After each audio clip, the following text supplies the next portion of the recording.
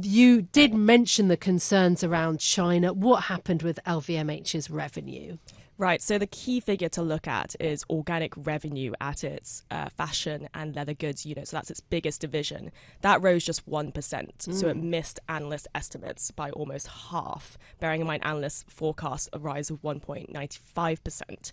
So obviously not what LVMH wants. If you compare it to a year ago where we saw growth of 21%, that's a pretty tough comparable. And I think it just speaks to how tough the luxury environment is at the moment, even for a company like LVMH. Yeah, with all of its different brands and the world's largest sort of luxury group. So the slump in China, how much of it is being offset maybe by those under pressure Chinese consumers going elsewhere and buying, in another country, let's say? Yeah, so this was really interesting. So we saw that for the area that includes China, revenue fell by about 14%. So one bright spot is Japan as a market. So that actually rose, which was really interesting because the CFO mentioned in the earnings call yesterday that a lot of Chinese travelers were traveling to Japan, and that was particularly because of the weak yen. But he did say that while he's pleased with that result, that obviously comes at the cost of profit and margin. Yeah, which is obviously difficult.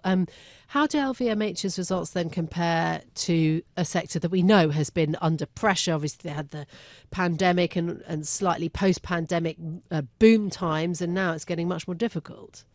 Yeah, so what's interesting is LVMH, it has 75 brands under its portfolio. We have to remember that those brands span across fashion, it includes jewelry, hotels, drinks, and given that it's missed a lot of its targets, that organic revenue miss was pretty broad based. So it speaks to how tough the luxury environment is. If we compare it to other brands like Richemont, for example, the parent company of Cartier, they were also, barely able to grow revenue in their latest quarter. But we look at other brands like, for example, Burberry, the British trench coat maker, that has really suffered in the most recent quarter. It just goes to show that for these particularly aspirational shoppers, so the shoppers that make only one or two luxury purchases a year, they're really pulling back in this inflationary environment.